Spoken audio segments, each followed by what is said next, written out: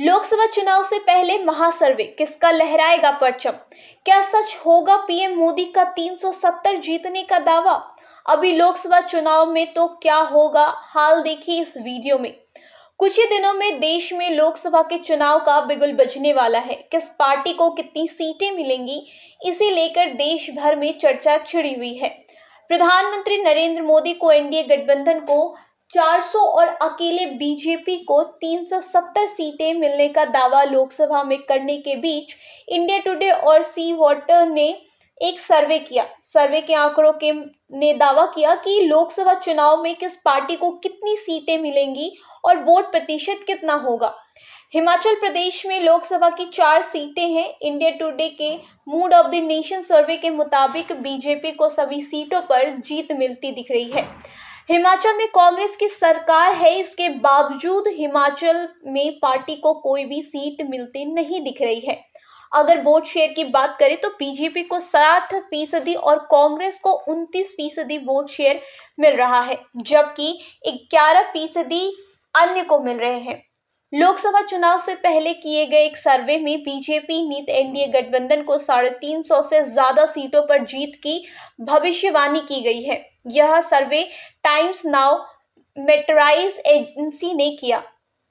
सर्वे ने कहा कि इस बार एनडीए पिछली बार से ज्यादा सीटों के साथ सरकार बनाने जा रही है। बीते सोमवार 5 फरवरी 2024 को प्रधानमंत्री नरेंद्र मोदी ने दावा किया था कि एनडीए तीसरी बार सरकार बनाएगी और भारतीय जनता पार्टी को 370 सीटों पर जीत मिलेगी, जबकि एनडीए गठबंधन का आंकड़ा 400 के पार जाएगा।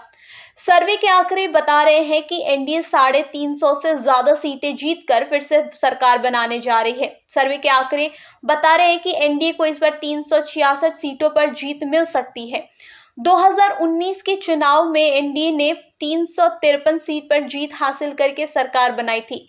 यानी सर्वे के हिसाब से गठबंधन को इस बार 13 सीटों का फायदा होने जा रहा है। हालांकि 400 से यह आंकड़ा दूर है। सर्वे में विपक्षी दलों के इंडिया गठबंधन की 104 सीटों पर जीतने की उम्मीद जताई जा रही है।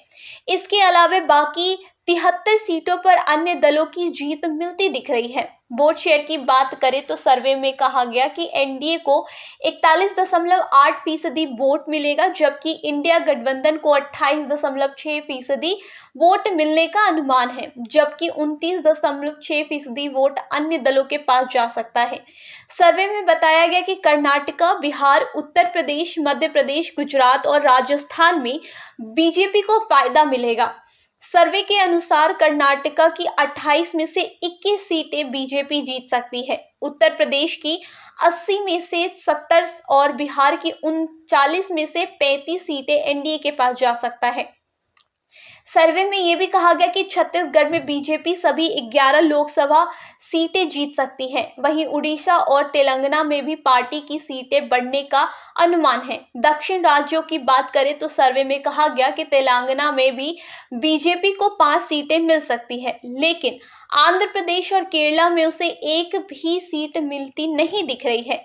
तमिलनाडु में बीजेपी को सिर्फ 1 सीट पर जीत मिलने की उम्मीद है। पंजाब में पिछले लोकसभा चुनाव में आम आदमी पार्टी को सिर्फ 1 सीट मिली थी। इसके अलावा कांग्रेस को 8 सीटें मिली थी, जो इस बार घटकर 5 पर पहुंच रही है, जबकि अकाली दल को 2 सीटें मिली थी, जो कि 1 पर पहुंच रही है।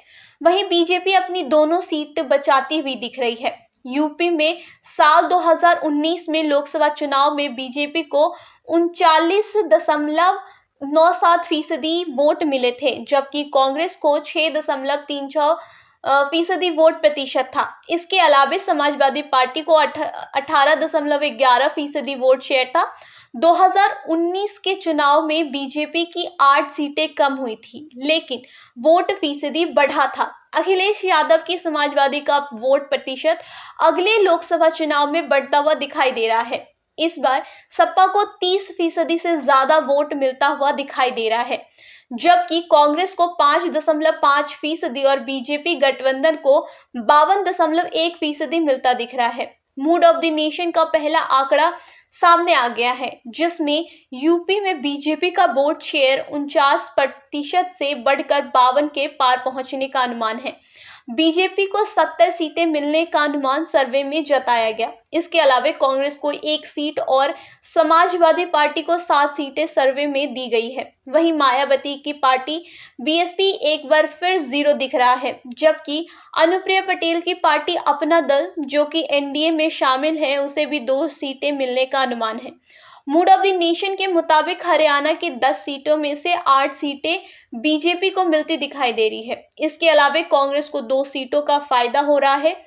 कांग्रेस को पिछले चुनाव में कोई सीटें नहीं मिली थी। इस लिहाज से देखें तो हरियाणा में बीजेपी को नुकसान होगा।